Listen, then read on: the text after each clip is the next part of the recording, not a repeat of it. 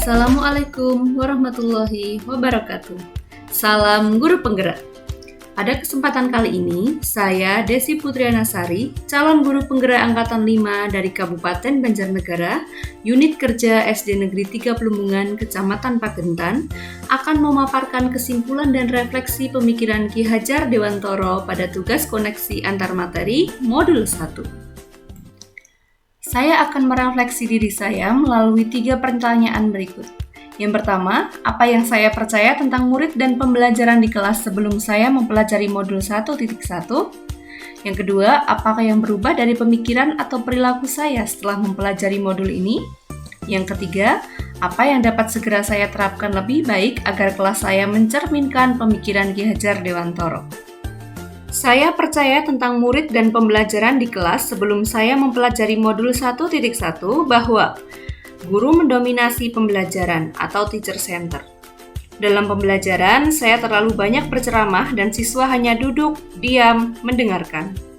Yang kedua, pembelajaran terfokus pada ketercapaian materi dan KKM atau mengutamakan aspek kognitif anak saja. Pada hal ini, saya sering lupa bahwa pendidikan bukan hanya soal mentransfer ilmu saja, tapi sejatinya ada aspek lain yang harus diperhatikan dalam belajar. Yang ketiga, guru kurang memahami karakteristik anak.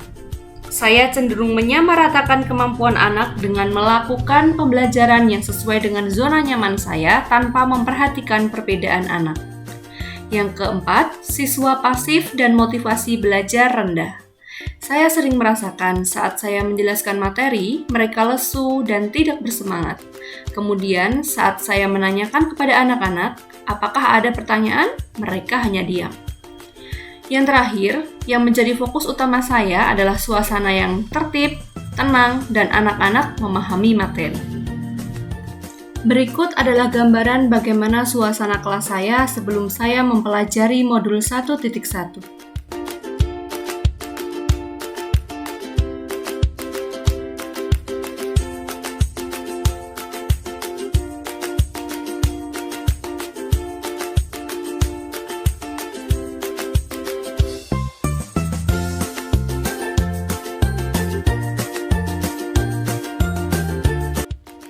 Setelah saya mempelajari modul 1.1 yang berubah dari pemikiran atau perilaku saya, antara lain, yang pertama merubah pemikiran bahwa guru bukan satu-satunya sumber belajar.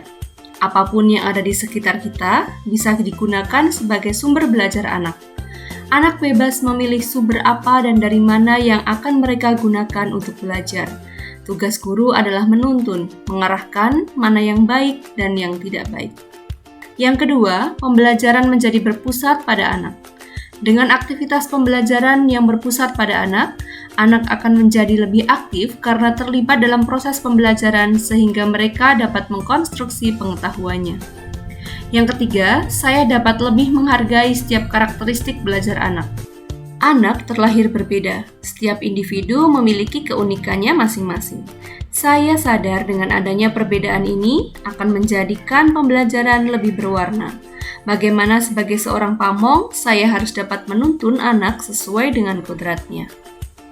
Selain itu, setelah mempelajari modul 1.1 ini juga dapat merubah perilaku saya, antara lain, seorang guru dapat mengemas pembelajaran secara menarik agar motivasi belajar siswanya meningkat. Yang kedua, dalam pembelajaran seharusnya seorang guru dapat memerdekakan siswa. Salah satu contohnya adalah memberikan kebebasan kepada anak untuk menyelesaikan setiap tugas sesuai dengan minat, bakat, dan kreativitasnya masing-masing. Sebagai seorang pendidik juga harus lebih cermat melihat bakat anak, melalui observasi, wawancara, dan juga pendekatan personal agar kita lebih dekat dengan anak. Kemudian, agar kelas saya mencerminkan pemikiran Ki Hajar Dewantoro, penerapan yang segera akan saya lakukan di kelas antara lain, yang pertama, merancang pembelajaran yang interaktif dan menyenangkan dengan melibatkan peserta didik. Yang kedua, menerapkan pembelajaran berbasis kearifan lokal dengan budaya setempat. Hal ini penting untuk kita terapkan pada anak-anak saat ini. Mengingat perkembangan iptek, banyak sekali anak-anak yang hilang nilai-nilai budayanya. Di sini saya sebagai seorang guru berusaha memberikan penerapan materi terhadap kehidupan sehari-hari anak sesuai dengan kearifan lokal budaya setempat. Yang ketiga adalah menerapkan konsep merdeka belajar dan mengintegrasikan setiap pembelajaran dengan pencapaian profil pelajar Pancasila. Konsep merdeka belajar mengajarkan kita bagaimana seorang pendidik dapat memberikan kebebasan kepada anak untuk dapat bereksplorasi atas pengetahuannya agar mampu menghasilkan ide-ide kreatif dan inovatif dari mereka. Yang keempat, pembelajaran yang mengutamakan aspek budi pekerti. Pembiasaan-pembiasaan baik akan selalu saya teladankan kepada siswa tentang bagaimana mereka bersikap agar menjadi pribadi yang lebih baik. Yang kelima, tidak lagi menuntut tetapi menuntun. Kita sebagai guru berperan sebagai among. Dalam penerapannya di kelas, sesuai dengan pengajaran dan pendidikan dari Ki Hajar Dewantara, kita dapat menerapkan pola asih, asuh, dan asah. Yang terakhir, pembelajaran yang sesuai dengan kodrat alam dan zaman, sesuai dengan pemikiran Ki Hajar Dewantara bahwa kodrat anak adalah bermain. Dan saya akan mengintegrasikan permainan dalam pembelajaran agar suasana kelas menjadi menyenangkan. Kesimpulan yang dapat saya sampaikan yaitu, dasar-dasar pemikiran dari Ki Hajar Dewantara harus segera kita terapkan dalam proses pembelajaran di kelas ataupun di sekolah. Di antaranya, pendidikan adalah menuntun anak sesuai dengan minat dan bakatnya.